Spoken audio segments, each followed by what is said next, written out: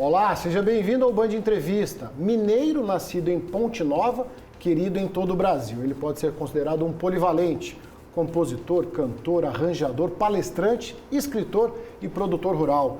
Eu estou falando de Léo Chaves, um dos principais artistas nacionais. Além da carreira ao lado do irmão, Vitor, Léo Chaves se destacou no mundo corporativo e também é fundador de uma empresa voltada para a educação emocional.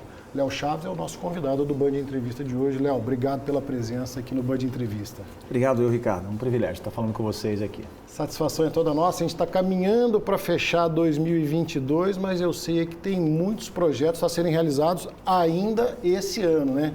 Como é que está essa agenda para a gente fechar 2022?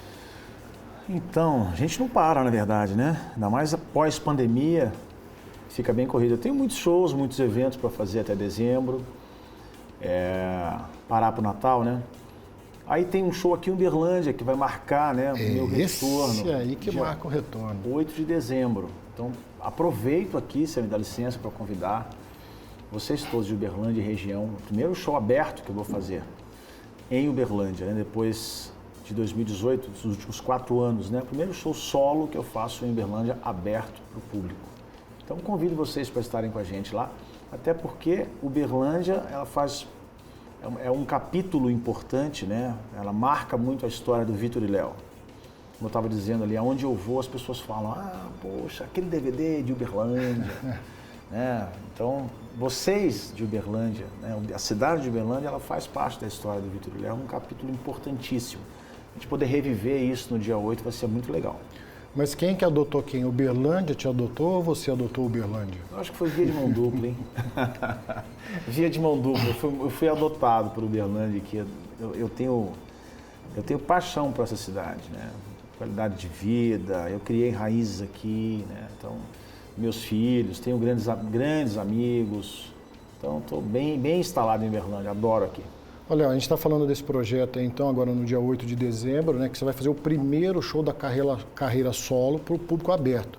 Mas isso não quer dizer que o Léo, ele parou de cantar depois que seguiu carreira solo, né? Depois que deixou o irmão Vitor, não quer dizer que você parou. Não, é interessante falar sobre isso, que as pessoas confundem um pouco, né? Eu não parei de cantar. Eu só, né, acrescentei outras atividades. Eu faço palestras, eu sou empresário também de educação, faço muita publicidade, muita propaganda.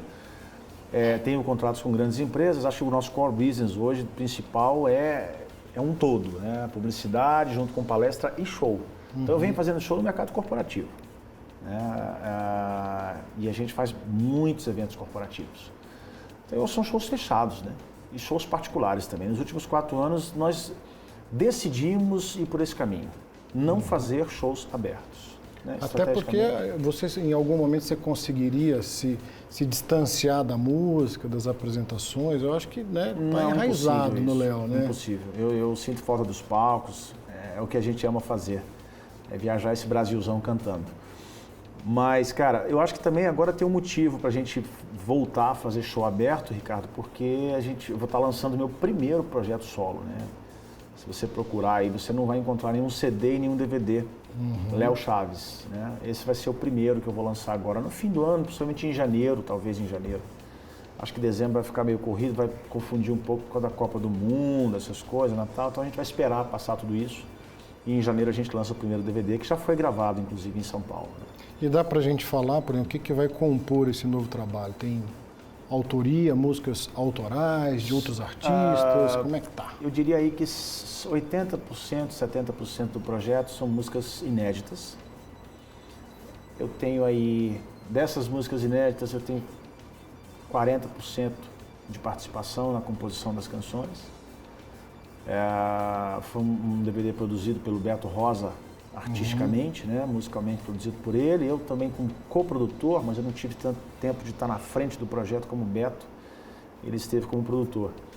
E, cara, resgatando muita música romântica, né?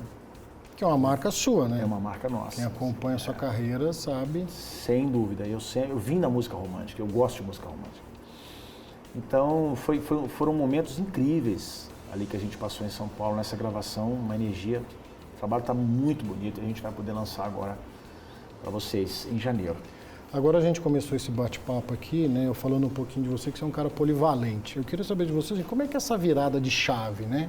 Porque lá atrás você viu uma carreira de sucesso, mas o Vitor aí teve a virada de chave. Aí você, né, segue nessa nova empreitada, e a gente vai esmiuçar um pouquinho mais aqui no nosso bate-papo. Agora uma outra virada de chave, voltando para o público aberto, né? O que te move? Por que você é inquieto, assim? Passa a fórmula pra gente. Rapaz, eu desde novo eu sou muito hiperativo, né? E eu acho que a gente transforma a hiperatividade em proatividade, né? E essa busca, essa gana pelo novo, né? Isso talvez venha da maturidade mesmo. De você querer, você decidir sair sempre do automático, né? Eu acho que eu costumo sempre dizer uma frase para as pessoas que o sonho conquistado ele tem prazo de validade. É a gente que não percebe que já venceu há muito tempo e a gente já está em busca de outras coisas e muitas vezes a gente não tem coragem de ir e a gente nem percebe que a gente já está infeliz ali e que a gente precisa de novos ares, né? Acho que o ser humano ele se realiza com o novo. Então eu acho que é muito essa vontade de vestir outras roupas, de me conhecer mesmo, de me jogar em outros lugares, mesmo que eu tenha que lidar com os erros, com acertos, com erros, é parte do cardápio da vida, né? Então, eu tenho muito isso comigo, de me reinventar constantemente. Até escrevi um livro falando sobre esse assunto, né? A grande arte de se reinventar. Eu acho que isso é parte essencial do ser humano quando ele passa a se conhecer um pouquinho mais e se aceitar E é um pouco isso mais. Que você compartilha, você está falando do seu livro, das suas palestras, é bem isso que você tenta trazer para quem te acompanha, né? Veio o início da carreira. Qual que é essa mensagem? Porque isso, né, às vezes as pessoas passam batido, precisa ter alguém para falar. Essas fases todas, esses ciclos, né, eles compõem grande parte do que eu divido com as pessoas hoje nos palcos, em palestras. Sim, eu tenho alguns temas variados, mas todos eles voltados para as minhas histórias. Eu traço ali uma linha, né, falando sobre reinvenção, falando sobre construção de marca, falando sobre poder de superação, habilidade focal, de você não desviar dos seus objetivos, de você ter um mapa de prioridades, se organizar mais, autogestão. Porque eu tive momentos em que eu perdi para tudo isso. Então, acho que é interessante, você aprende errando, né? Então, eu falo muito mais das minhas falhas do que propriamente dito dos meus acertos. Eu falo das minhas experiências a partir dos meus escorregões na vida, né? Então, essa linha, né, trajetória, essa linha da jornada, assim, desde o início, ela compõe grande parte dos assuntos que eu divido com as pessoas. E a gente falando nesse mundo corporativo, né, depois desses 2 anos duros da pandemia, se é que a gente pode dizer assim, muitos empresários, né, muitas corporações precisaram se reinventar, né? Talvez é aí onde entra essa palavra amiga do Léo Chaves. Eu tenho feito muitas palestras com esse tema, em cima do livro, né? Obviamente que eu levo o livro sempre na palestra, porque é um momento em que as pessoas estão realmente buscando o novo, né? Elas foram jogadas nesse lugar. O ser humano foi jogado aí, a pandemia trouxe isso. De você se provocar, naturalmente se provocar. Ficar em casa, né, mudar a sua rotina é um lugar de provocação. É você descobrir outros eus, né? Então, naturalmente surge essa gana de, deixa eu ver para onde eu vou agora. Eu não sou mais o mesmo. E acho que ninguém mais é o mesmo depois da pandemia. Eu converso com muita gente, eu vejo isso. As pessoas mudaram mesmo. E essa mudança te leva para outros lugares. E o grande público tem aquela impressão assim, só vê o lado do artista, do show, que está no palco, né, sempre alegre, festivo, mas talvez não consiga associar com essa imagem da reflexão, do Léo estudioso, né, que vai em busca de respostas, que quer compartilhar esse conhecimento, né? Sim. Isso sempre foi de você? Como é que é isso? Não, é interessante isso, Ricardo, você tocar nesse assunto, porque eu falo isso em algumas palestras educacionais, de a gente quebrar um paradigma de que a educação ela diz respeito à faixa etária e a diploma, né? A educação é vida, né? A educação é transformação. E quando você para de se transformar, significa que não tem mais sentido, né? Então, eu vivi um processo de inércia na vida durante um tempo em que eu não buscava muito mais na vida, sabe?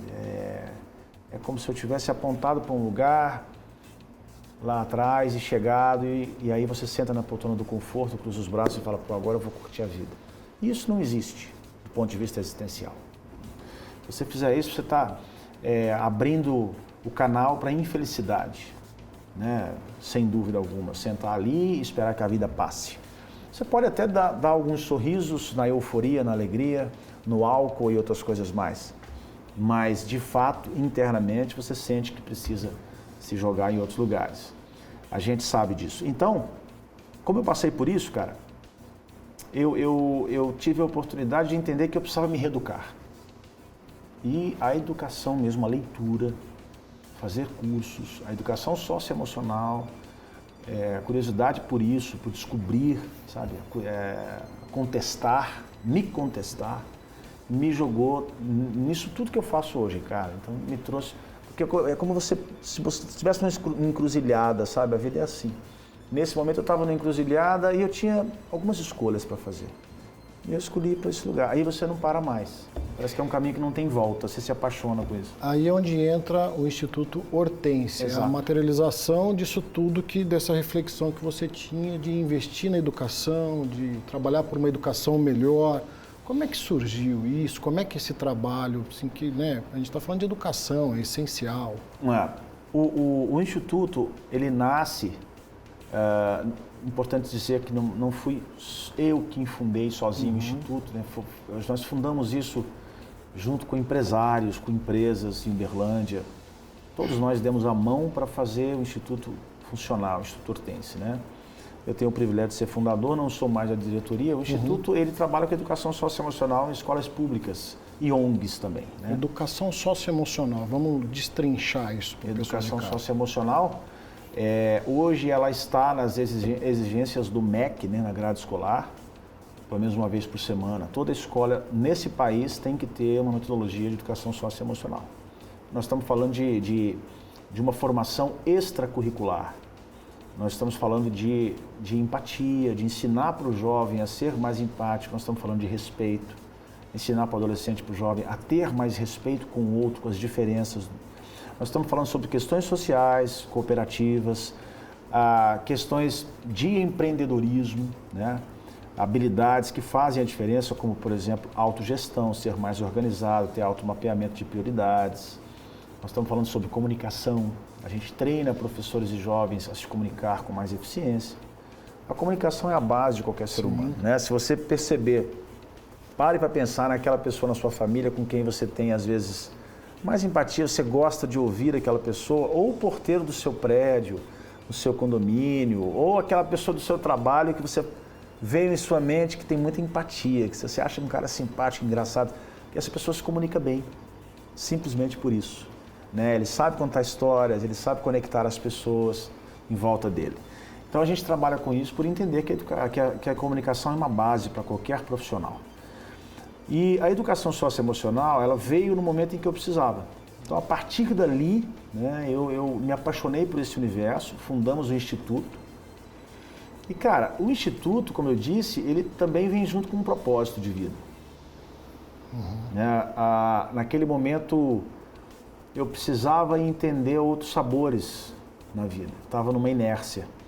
E quando eu descobri que esse sabor estaria em transformar pessoas, em investir no próximo, e fazer a diferença para o outro, aí, cara, eu não larguei mais disso. Então, independente do Instituto, hoje eu subo num palco, por exemplo, para falar para as pessoas, para dividir algo, é com esse propósito. Eu subo num palco para cantar, é com esse propósito. Transformar uma pessoa que seja, transformar o momento daquela pessoa que seja, para melhor. Sensacional. Léo, vou fazer uma paradinha aqui no nosso bate-papo, Band Entrevista hoje, recebendo o Léo Chaves, para esse bate-papo super bacana. Depois do intervalo, a gente vai continuar falando de educação e da carreira de Léo Chaves. Eu volto já.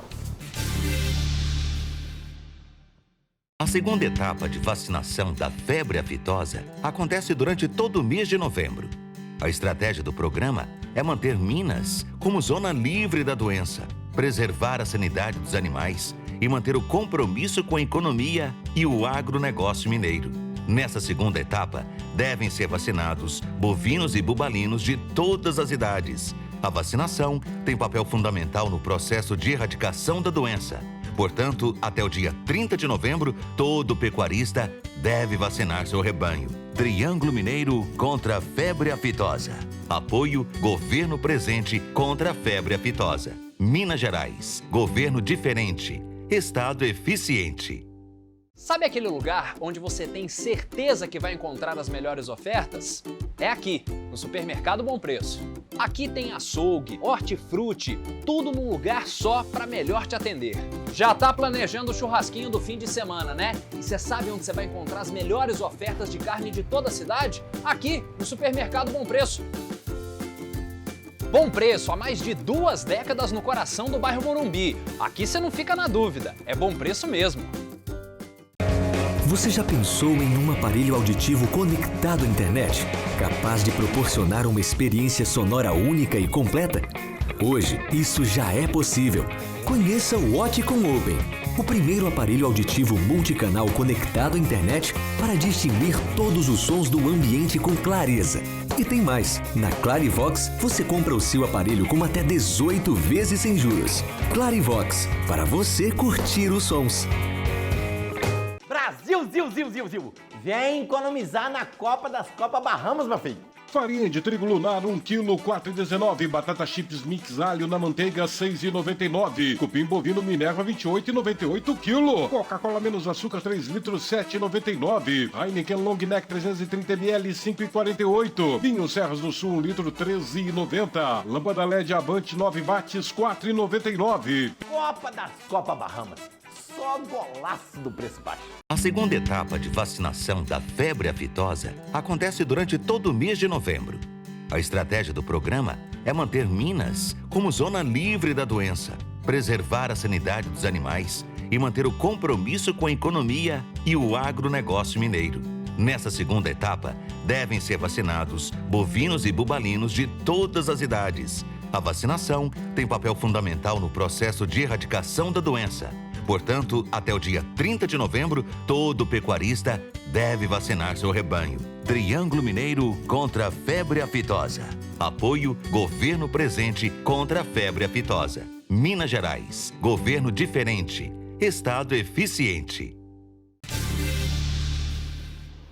Band Entrevista de volta. Hoje recebendo o Léo Chaves, compositor, músico, empresário, polivalente. Falávamos de educação, Léo, né?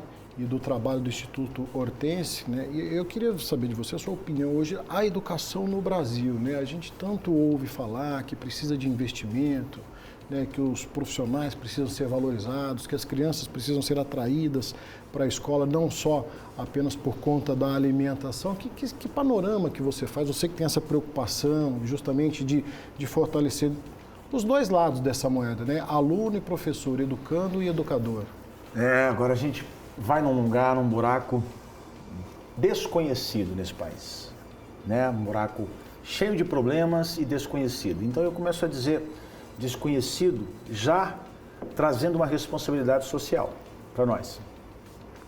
É muito fácil apontar para autoridades, né, para líderes dizer que eles têm que fazer algo para a educação, sendo que a gente mesmo muitas vezes não faz. A gente tem um problema seríssimo nas escolas hoje, pais que não acompanham os filhos, nem na escola e nem em casa, ensinando o filho a estudar, ensinando a fazer dever, isso e aquilo. E eu não estou apontando o dedo para o outro porque eu venho também desse lugar, tento me corrigir cada vez mais, mas para fazer parte dessa cultura eu sei que existe esse problema, né? Então, enquanto a gente da sociedade não vá entender sobre educação, saber realmente quais são os problemas, fuçar nesse lugar, a gente vai estar vivendo nesse lugar. A educação como apenas um complemento na sociedade. O tempo que sobra é para a educação. Eu estou falando de pais também que às vezes chegam em casa e o tempo que vai sobrar é aquele tempo de 5 minutos que você vai bater papo com o seu filho, né? Eu tive esse problema durante muito tempo, hoje eu tento resolvê-lo com um pouco mais de atenção para os meus filhos, embora eu tenha uma agenda muito corrida. E aí, cara, não dá para você entender que um profissional da educação, que é o professor, talvez o mais nobre desse país, sem dúvida alguma, com a valorização em déficit cada vez mais que ele tem salarial nesse país, ou seja, ele ganha talvez 10% do que ganha, sei lá, um advogado, um médico, estou chutando aqui, mas qualquer outra profissão. Né? E é o cara que vai formar esses outros profissionais, é o professor. Ou seja, está tudo errado nesse lugar. Está tudo errado nesse lugar e todo mundo sabe disso, muita gente sabe disso, E a gente fica só apontando e falando que tem que mudar, que tem que mudar, que tem que mudar, mas é a sociedade que precisa mudar. Então não dá para você imaginar que um profissional desse vai ter motivação para fazer mais. Né? O professor, ele vive, cara, num lugar que ele tem que caminhar único e exclusivamente por propósito, sabe? E por consciência de querer fazer o bem, sabe? É missão, porque não há mais aonde se motivar, né? Salário, valorização, é o que sobra, cada vez menos profissionais indo para a pedagogia. Só pensam em outras carreiras, né? Justamente sabendo dessa realidade aí. É claro que você vai para outro lugar. Você chega na sala de aula, você pega alunos desmotivados, você encontra violência. Aí você sabe que é um país que investe em educação, como você falou. Sim, o Brasil ele está talvez entre os 10 no mundo que mais investe em educação proporcionalmente falando. Só que não é o que se faz, é como se faz. Né? A questão é como investir na educação. Enquanto a gente tiver um modelo que não vai formar um cidadão, de repente ele vai reunir o diploma, uma habilidade em qualquer matéria, essa ou aquela. Mas as habilidades, as competências de um profissional que consegue êxito na vida, sucesso na vida, ele não vai reunir, porque ele não foi treinado para isso, é no dia a dia. Então tem que mudar um pouco, sabe, o modelo de educação. A gente que trabalha com isso, a gente sabe da quantidade de problemas. Mas começa por uma questão social. Mas é bacana a gente falar isso, né? Trazer de você esse raio-x, a sua percepção, porque o Instituto Hortência, ele justamente entra aí talvez nessa lacuna, né? São mais de 100 mil pessoas impactadas até hoje nesse trabalho que você trata com tanto carinho, justamente para acrescentar, né? Tentar fazer um complemento para que os dois lados da moeda da educação né, tirem proveito e a valorização do que de fato é. Mudando um pouquinho de assunto, falar de agronegócio. Que história é essa que você é o queridinho do agronegócio? É um termo que eu visto com orgulho, porque hoje grande parte dos contratos que eu tenho, das parcerias que eu tenho, são com empresas que atuam no agronegócio. Então, talvez por isso, mas não só por isso, por eu atuar nesse mercado, Ricardo, mas também por a minha essência é o agro, é o campo. Né? As pessoas estão cansadas de me ver postando foto lá com meu gado, montando a cavalo, pescando, na beira do fogão a lenha, no campo, no mato. Eu sou apaixonado por fazenda desde criança, é parte da minha essência. Faz parte da sua essência, claro, não por conta da música sertaneja que... A música sertaneja é associada, né, ao agro, mas não especificamente por isso. Eu acho que as pessoas identificam o que é essencial, o que é verdadeiro. Eu tenho barro no sangue. Não, a gente falava aqui no bastidor, estava conversando aqui, né? O Léo falou, eu prefiro lá ouvir meus passarinhos, cachorro latindo lá no quintal, né? Isso é... Dar uma voltinha na minha mula, tranquilo. E tem tempo para isso tudo, Léo? Como é que é essa agenda, né?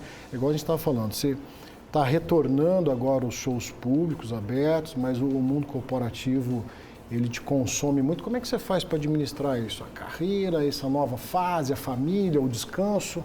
Tem que ter. Precisa ter. Né?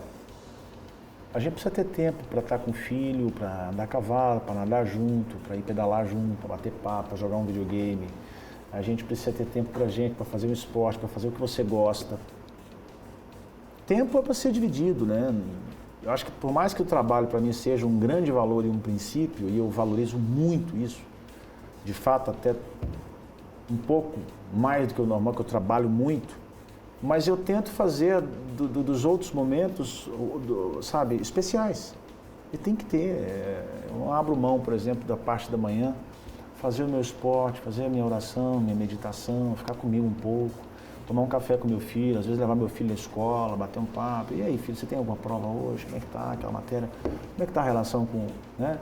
Esse final de semana eu estava lá na fazenda do meu sogro, em Monte Alegre, e demos uma voltinha de mula, comemos um franguinho caipira, demos uma pescada, assamos o peixe. Eu acho que isso é a vida, né? Não faz sentido se não fosse. Qual que é a idade dos seus meninos? Tem de 16 anos o Matheus, de 12 anos vai fazer agora o Antônio e 6 anos que fez o José. José Antônio Mateus. Que trio, hein? Tem 3 filhos. Apaixonado demais por eles. Ah, que bacana. E isso é bacana. E aí você está falando dos meninos, né, da idade dos meninos, você é embaixador do programa Jovem Aprendiz, né, que é justamente voltado para trazer o jovem, o adolescente para o mercado de trabalho, né, Oportunidade. aquela primeira oportunidade, aquele primeiro, né, aperto de mão. Como é que é isso para você, o jovem? Eu acho isso sensacional, Ricardo. Aos 13 anos de idade, eu saí de casa e eu fui estudar num colégio interno, contra a vontade dos meus pais. Eu sentia que eu tinha que ir. Né? Eu até brinco com minha mãe hoje, falo, mãe, aquilo para mim foi essencial. Eu sofri muito no início. Eu lembro que eu chorava todos os dias de saudade, porque o menino de 13 anos, às vezes ficava 6 meses sem ver meu pai e minha mãe. Mas naquele lugar, eu aprendi a trabalhar, cara. Eu criei um pouco da minha autonomia e independência. Eu aprendi a me virar. Eu tinha que pegar um ônibus, meu pai mandava dinheiro para mim, eu tinha que tirar o dinheiro no caixa. Com 13 anos de idade, eu tinha que pegar um ônibus que ia viajar de Belo Horizonte até o norte de Minas, né? Pegar naquela rodoviária de madrugada, ou seja, olhando para o lado, com medo, isso, aquilo. Meu pai falava assim, minha mãe, você tem que ir no ônibus, você fica de olho nas suas coisas, hein, rapaz? Suas malas e tudo, você fica atento. Então, e aí também, lá no colégio, eu trabalhava também, né? Então, a gente que produzia tudo no colégio. Eu posso falar por experiência própria que trabalhar desde novo te dá mais autonomia, mais independência. Quanto mais o jovem fica independente, com responsabilidade, porque a autonomia é independência com responsabilidade, não é? Não é a independência daquela que você fala, eu posso fazer o que eu quero. Isso não é autonomia. A gente dá valor nas coisas, como dizia. Vamos confundir as bolas, isso, com valor. Então, eu acho interessantíssimo o Jovem Aprendiz, esse programa, até chamar a atenção de empresários que possam apoiar mais esse programa, que possam dar oportunidades para esses jovens de 14, 15 anos aí, que eles podem ali, você pode achar um craque ali. Só falta oportunidade, né? Eu acho sensacional isso, dar a oportunidade do jovem começar a se experimentar como profissional antes da hora. Eu acho isso grandioso. Tudo feito dentro, né, da lei, das regras, dos moldes, né, obviamente com respeito ao adolescente. Então o programa Jovem Aprendiz ele já passa tudo isso para o empresário.